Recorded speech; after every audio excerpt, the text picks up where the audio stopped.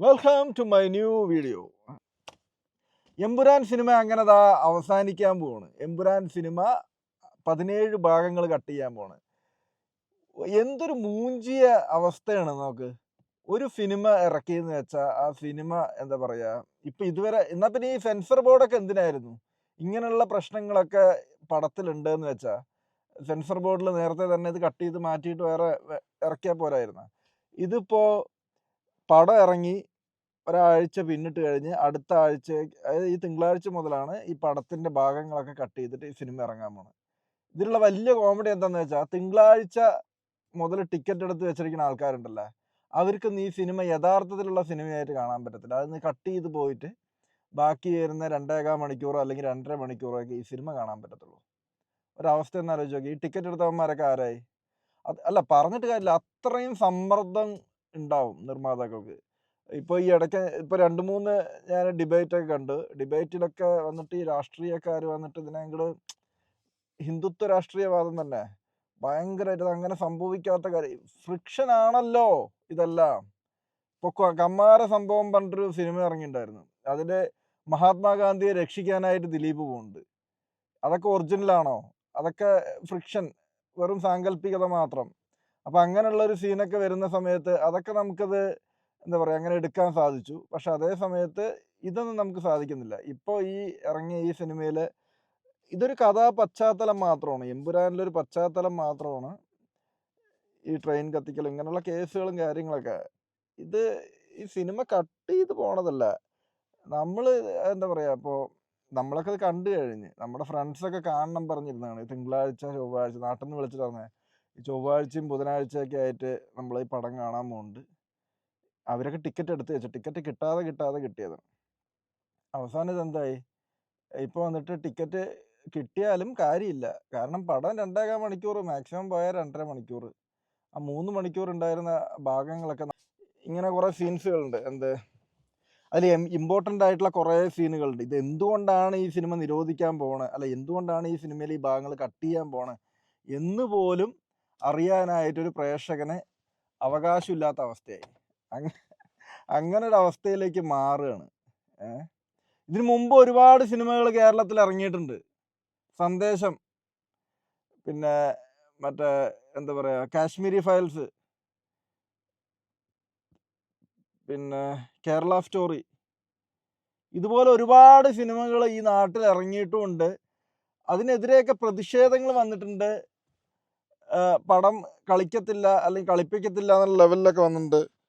പക്ഷെ ഒരിക്കലും, മൈക്ക് കറക്റ്റാണ് നോക്കിയത്, പക്ഷെ ഒരിക്കലും ആ സിനിമയിൽ കട്ട് ചെയ്ത് വിടുക അല്ലെങ്കിൽ ആ സിനിമയെ നശിപ്പിക്കുക എന്നുള്ളൊരു പരിപാടി ഇതുവരെ എവിടെയും വന്നില്ല. പക്ഷെ അത് ഇന്ന് ഉണ്ടായിരിക്കുകയാണ്. ഇത് ശരിക്കും ആവിഷ്കാര സ്വാതന്ത്ര്യത്തിന് നേരെയുള്ള ഒരു കടന്നുകയറ്റമാണ്, ഒരു ജാതി ഊള പരിപാടി. ആ സിനിമ ആ ഒരു, നമുക്കിപ്പോ നമ്മുടെ ഫ്രണ്ട്സൊക്കെ ഒരുപാട് പേര് ആ പടം കാണാതിരിക്കുന്നുണ്ട്. ഇത് എന്തുകൊണ്ട് കട്ട് ചെയ്യുന്നു, അല്ലെങ്കിൽ അതിനുള്ളൊരു അവസരമില്ല. ഈ പടം കാണാൻ താല്പര്യമില്ലാത്ത ആൾക്കാരില്ലെങ്കിൽ ഇത് ഏതെങ്കിലും രാഷ്ട്രീയ പാർട്ടിക്ക് എതിരാണ് എന്ന് വെച്ചാൽ അവർക്കിത് കാണാണ്ടിരിക്കുക, അവർക്കിത് ബഹിഷ്കരിക്കുക. ഇത് അതല്ലല്ലോ, ഇത് എല്ലാ ആളുകളും, അല്ലെങ്കിൽ എന്താ പറയാ, ഈ സിനിമ കാണുന്നത് ഇതിങ്ങനെ ആയിരിക്കണം, സത്യത്തിന് നിരക്കാത്തതാണ്. സത്യത്തിന് നിരക്കിയിട്ട്, അല്ലെങ്കിൽ സത്യസന്ധമായ ഏത് സിനിമയാണ് വന്നിരിക്കുന്നത്?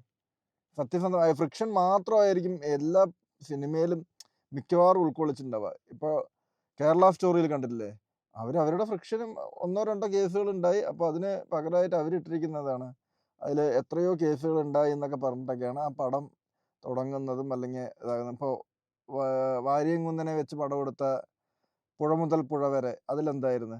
ആ പടമൊക്കെ ആളുകൾ ബഹിഷ്കരിക്കുകയാണ് ചെയ്തത്. പക്ഷേ ഇവിടെ സംഭവിക്കുന്നത് ബഹിഷ്കരണമല്ല. ആളുകൾ ബഹിഷ്കരിക്കുക പറഞ്ഞാൽ ഇതിനോട് എതിർപ്പുള്ള ആളുകൾ ബഹിഷ്കരിക്കുകയായിരുന്നു. പക്ഷെ ഇവിടെ സംഭവിക്കുന്ന എന്താണ്? ഇതൊരു ബഹിഷ്കരണമല്ല, മറിച്ച് ഈ സിനിമ വെട്ടി നശിപ്പിച്ച് കുറേ ആളുകൾക്ക് മുമ്പിലേക്ക് എത്തിക്കുക. ഇതുവരെ കണ്ട ആളുകളൊക്കെ ലക്കി, ഇത് ഇനി കാണുന്ന ആളുകൾ അൺലക്കി. ഇത് എന്തുകൊണ്ടാണ് ഈ പടത്തിൽ ഇത് സീനുകൾ കട്ടായി പോകുന്നത്, അല്ലെങ്കിൽ ഏതൊക്കെ സീനുകളാണ്? ഇനി OTT വരുമ്പോഴാണ് ഇതിൻ്റെ ഒരു പ്രതീക്ഷ.